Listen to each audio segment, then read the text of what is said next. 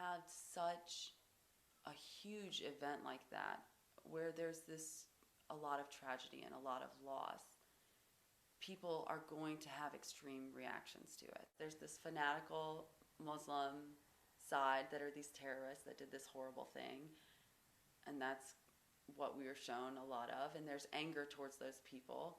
And then there's, a totally different perspective that we deserved it. The drivers of mainstream Islamophobia in the last 10 years are a result of a small, highly organized, professional, interconnected network that has been funded nearly to the tune of $43 million over the past 10 years. That their relationship, these two worlds, if you want to say, or two parts of the world, as a negative one, because you can see all the wars that's going on between them and all this misconfusion that happens all the time between the West and the East, or the judgment, the stereotypical ideas that they give for each other, and you can see them backfire all the time on people.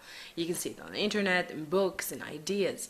And it makes me really upset because they don't really understand each other.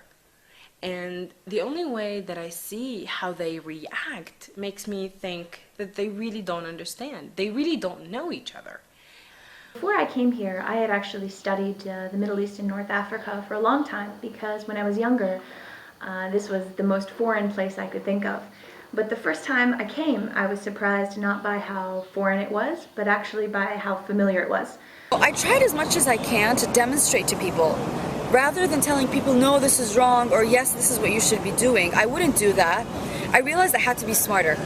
And so I started to demonstrate and show people that it's okay if we're friends with someone who's from Oman or America or Europe, and you can communicate and you can build bridges with these people. I do think that if we celebrate our similarities and also celebrate our differences, where we actually recognize them as positive points of change and rooms for learning from others and improving and progressing, this would be absolutely a way to go.